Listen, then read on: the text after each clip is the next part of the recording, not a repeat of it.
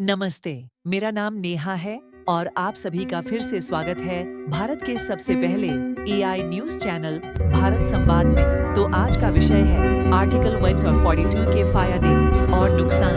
भारत के लोकतंत्र के केंद्र में एक नई बहस छिड़ गई है। उपराष्ट्रपति जगदीप धनखड़ ने संविधान के अनुच्छेद 142 को न्यूक्लियर मिसाइल बताते हुए चेतावनी दी है कि न्यायपालिका द्वारा इसके बार-बार उपयोग से शक्तियों के संतुलन को नुकसान पहुंच सकता है। अनुच्छेद 142 उच्चतम न्यायालय को लंबित मामलों में संपूर्ण न्याय सुनिश्चित करने के लिए किसी भी प्रकार का आदेश पारित करने का अधिकार देता है। इसे असाधारण परिस्थितियों के लिए बनाया गया था, लेकिन इसके बढ़ते प्रयोग ने गंभीर चिंताएं पैदा कर दी हैं। विवाद तब बढ़ा जब हाल ही में उच्चतम न्यायालय ने अनुच्छेद 142 का इस्तेमाल करते हुए तमिलनाडु के राज्यपाल को पुनः पारित विधेयकों को लेकर निर्देश जारी किए। अदालत ने कहा कि विधानसभा द्वारा विधेयक फिर से पारित किए जाने के बाद राज्यपाल को शीघ्र कार्रवाई करनी होगी और जब तक उसमें कोई मूलभूत परिवर्तन न हो, उसे राष्ट्रपति के पास नहीं भेजा जा सकता। एक अभूतपूर्व कदम के रूप में देखा गया।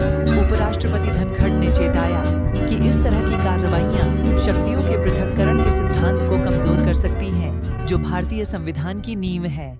अनुच्छेद 142 न्यायपालिका के हाथों में न्यूक्लियर मिसाइल है। इसका अत्यंत सावधानी से उपयोग किया जाना चाहिए, उन्होंने कहा। उन्होंने सुझाव दिया कि संविधान की व्याख्या केवल बड़ी संविधान पीठों द्वारा की जानी चाहिए और अनुच्छेद 145 के 3 अंकों में संशोधन कर अधिक सख्त प्रक्रियाओं का प्रावधान किया जाए। कानूनी विशेषज्ञ इस मुद्दे पर बंटे हुए हैं। कुछ इसे तब जरूरी मानते हैं जब राजनीतिक संस्थाएं नागरिकों को न्याय नहीं दिला पाती। वहीं कुछ विशेषज्ञों का मानना है कि बिना नियंत्रण के न्यायिक सक्रियता भारत को जजोकैरसी की ओर धकेल सकती है। एक बात स्पष्ट है, भारत को अनुच्छेद 142 की असाधारण शक्तियों और लोकतांत्रिक जवाबदेही के बीच संतुलन साधना होगा। यही देश के शासन का भविष्य तय करेगा।